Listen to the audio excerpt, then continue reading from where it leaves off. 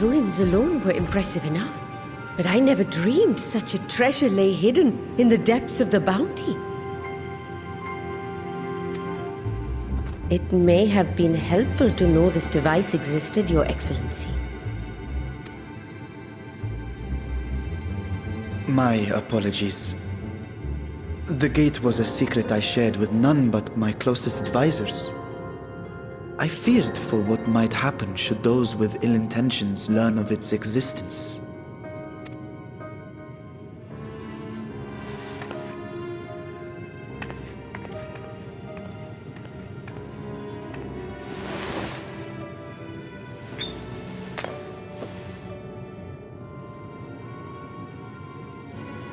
What is it you're doing now?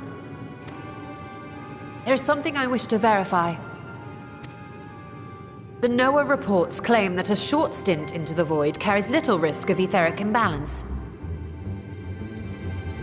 Should one suffer an injury, however, or if one's expedition drags on longer than intended, that risk becomes significantly greater.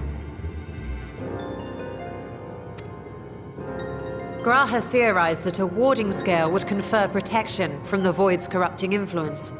But I would prefer to test that hypothesis before we set foot in the 13th ourselves. So, this is an experiment of sorts? Yes, an experiment. Tell me, how would you go about testing the efficacy of the warding scale?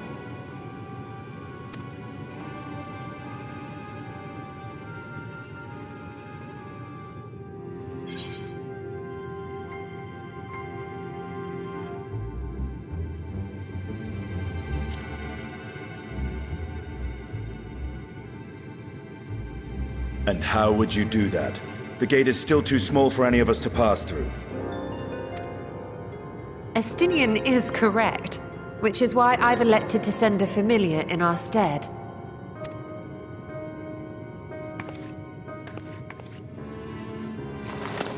Now, a lowly imp can navigate a fissure, no matter how narrow. Which means an arcane entity of similar stature should be able to manage the same.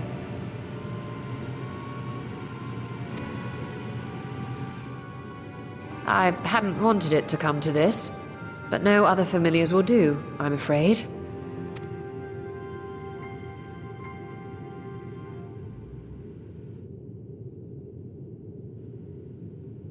I mislike the sound of that. What manner of fiend does she mean to summon? From ocean rise and cloudbank form, from mountain spring and rainfall storm, from river flow and life be born.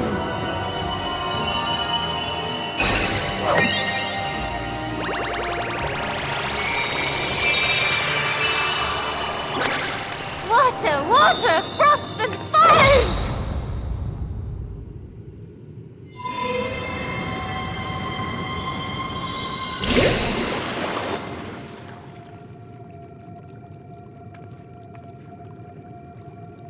Ready your arms.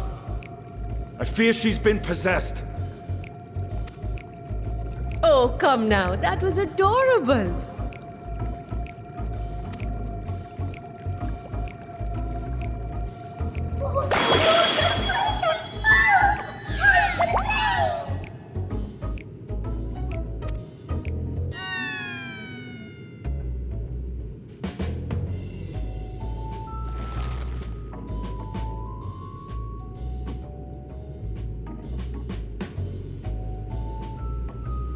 Though not my first choice. These familiars I conceived of as a child have the best chance of fitting through the gate.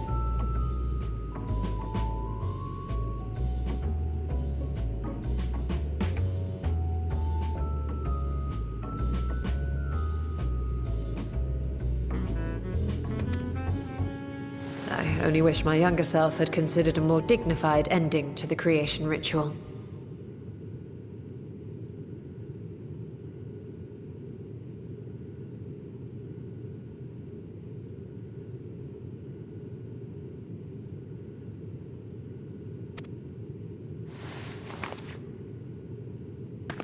In any case, these two should serve us well.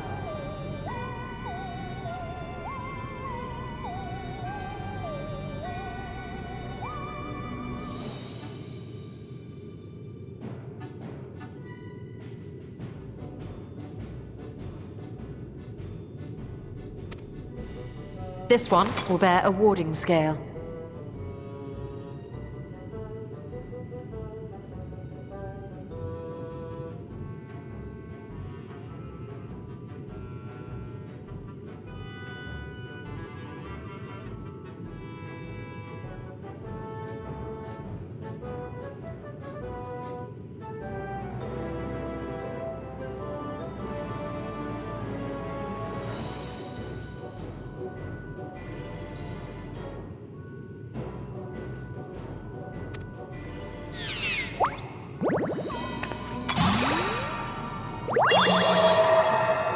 And when they return from the 13th, we can observe how the talisman, or absence thereof, has affected the progress of the Void's corruption.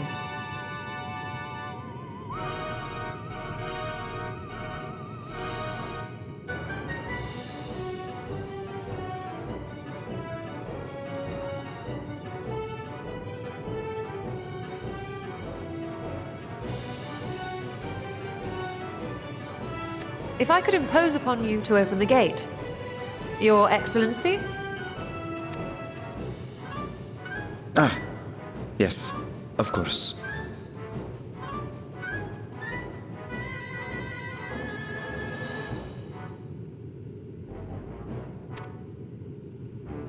We should also be wary of void scent slipping through while we conduct our experiment. Estinian, you are to keep Nidana safe from harm. As you say. You had best be on your guard as well.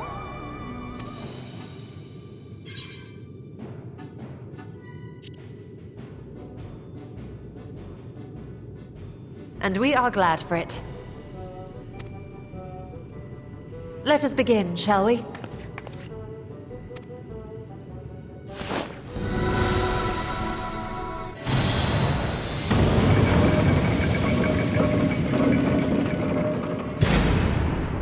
Nixies, into the void.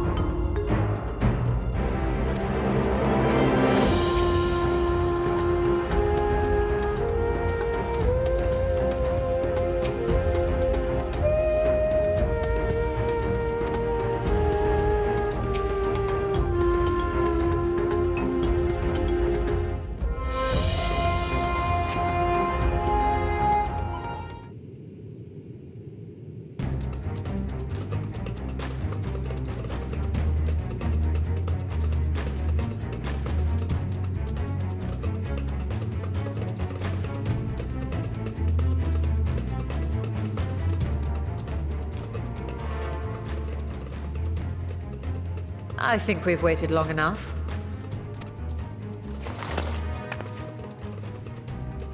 Nixies, return to my side!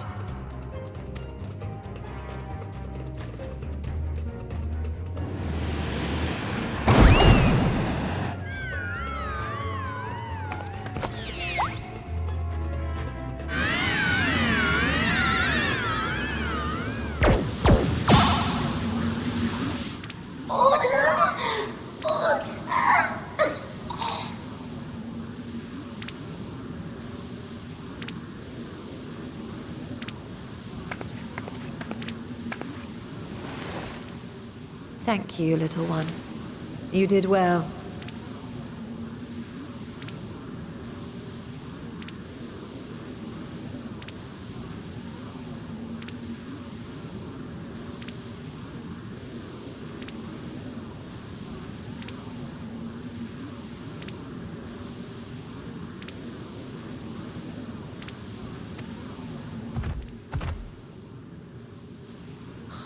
Poor thing.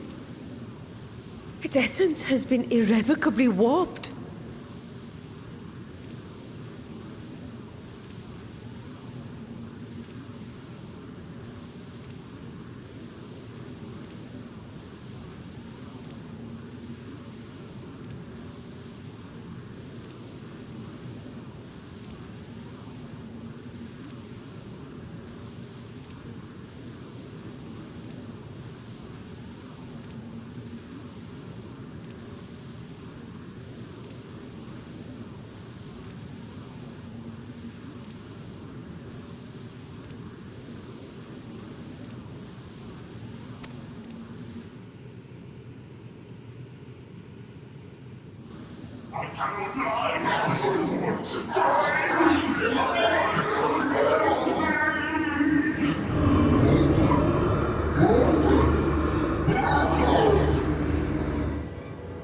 We're out of time! I must reseal the Void Gate.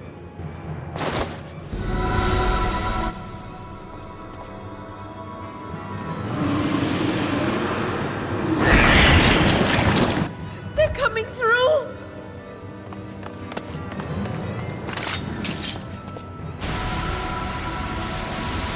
In the name of Alzadal III, I bar this door unto the void!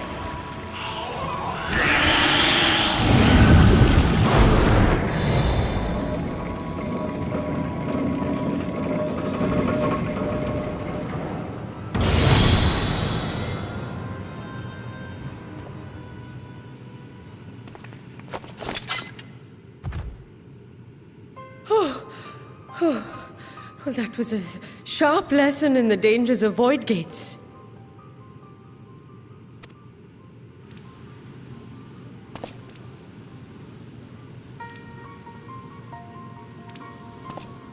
And what of our experiment? I'd say the results speak for themselves.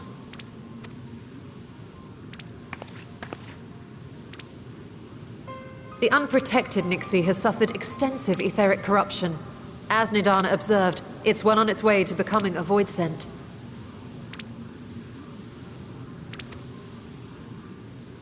The one merged with the talisman, however, appears unaffected. I sense no changes to its equilibrium.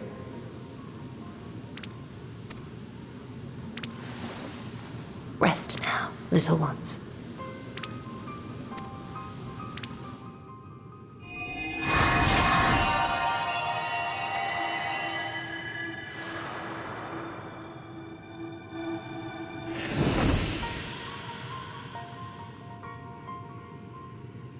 Graha's theory was correct, then. So it would seem that while our second familiar was untouched by void energies, the talisman itself shows signs of degradation. It was, of course, originally designed to shield the soul from primal tempering. It stands to reason that etheric corruption of a different sort would affect it differently. We may need to modify the warding scale's design to account for the 13th's uniquely unstable ether. You've said much of the Void's instability, but my imagination fails me. What manner of place is this broken world? My apologies. I forget that not all of us spend our days sequestered in dusty archives. The 13th is a reflection of the source that was drowned in a flood of darkness. In Emmett Selk's own words, this tragedy was a result of the Ascians' attempts to force a rejoining. They erred in their haste, and made of that world a useless void.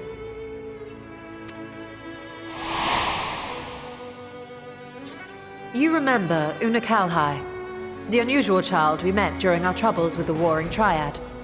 He explained the fate of the 13th thus. The champions of that ill-fated world used the stone known as Auracite to contain the power of primals. But those self-same heroes were gradually corrupted by the Auracite's bleeding energies, transforming into fiends with an endless hunger for ether. By the time anyone thought to oppose them, Light's strength had grown too feeble, and the balance of the 13th tipped into eternal darkness.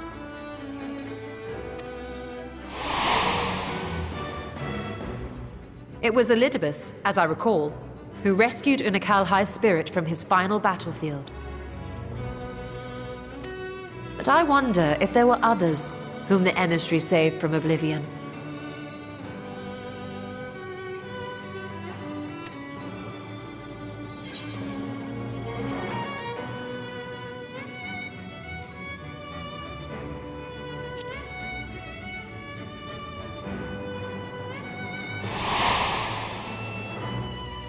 The server, Ciela, wasn't it?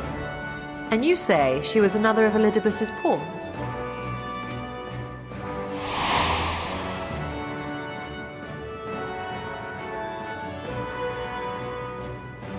I see.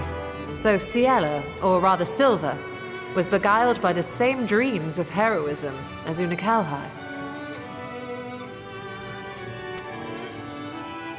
And what of your own experience? Will you tell us of what you observed during Noah's expedition?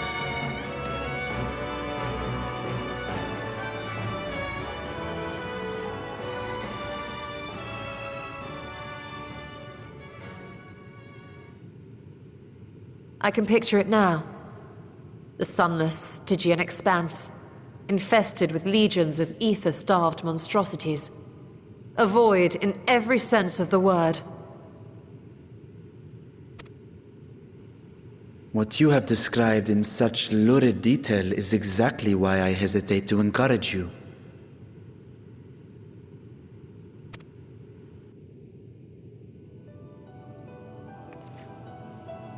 Worry not, great Vritra. Our journey into the 13th is but the first leg of a longer voyage. A voyage that shall lead us to other reflections, to new mysteries and discoveries. And I mean to be there every step of the way.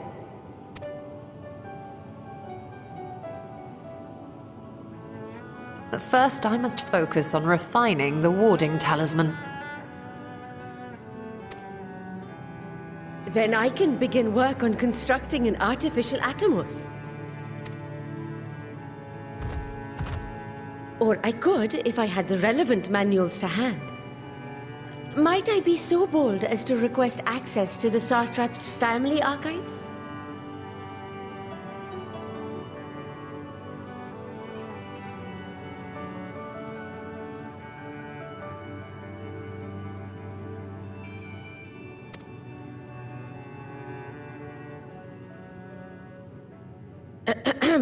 Your Excellency?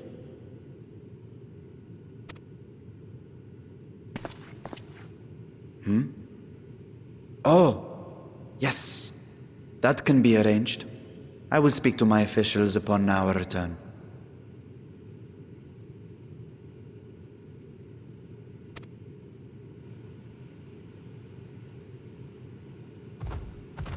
We will see you back in the city then.